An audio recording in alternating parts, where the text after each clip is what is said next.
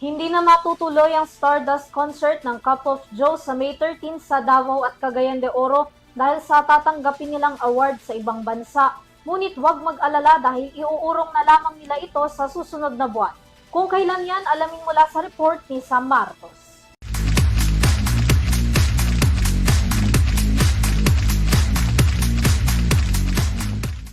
Dahil sa hindi inaasahang conflict sa schedule, inanunsyo ng OPM band na Cup of Joe ang postponement ng kanilang Stardust Tour sa Davao at Cagayan de Oro na nakatakdang maganap sa darating na May 30 at June 13, 2026.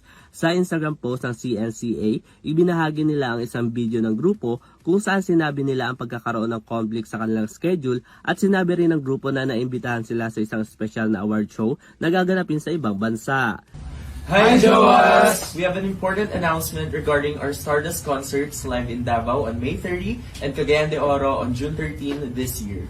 We'll be postponing both shows as we have been invited to attend a special award show outside the country. We hope for your understanding and support as we represent all of you in this milestone moment.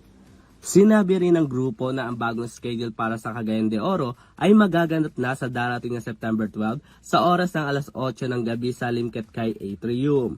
Para naman sa Davao Show, sinabi ng banda na magbibigay sila ng updates sa kanilang mga fans sa lalong madaling panahon. Samantala sa ngayon abala rin ng grupo sa kanilang paghahanda para sa kanilang sandali, The Cup of Joe Fest na gaganapin naman sa darating na May 23 sa Philippine Sports Stadium. Para sa UTV Showbiz Balita, ako si Sam Martos, sumasaludos sa bawat Pilipino.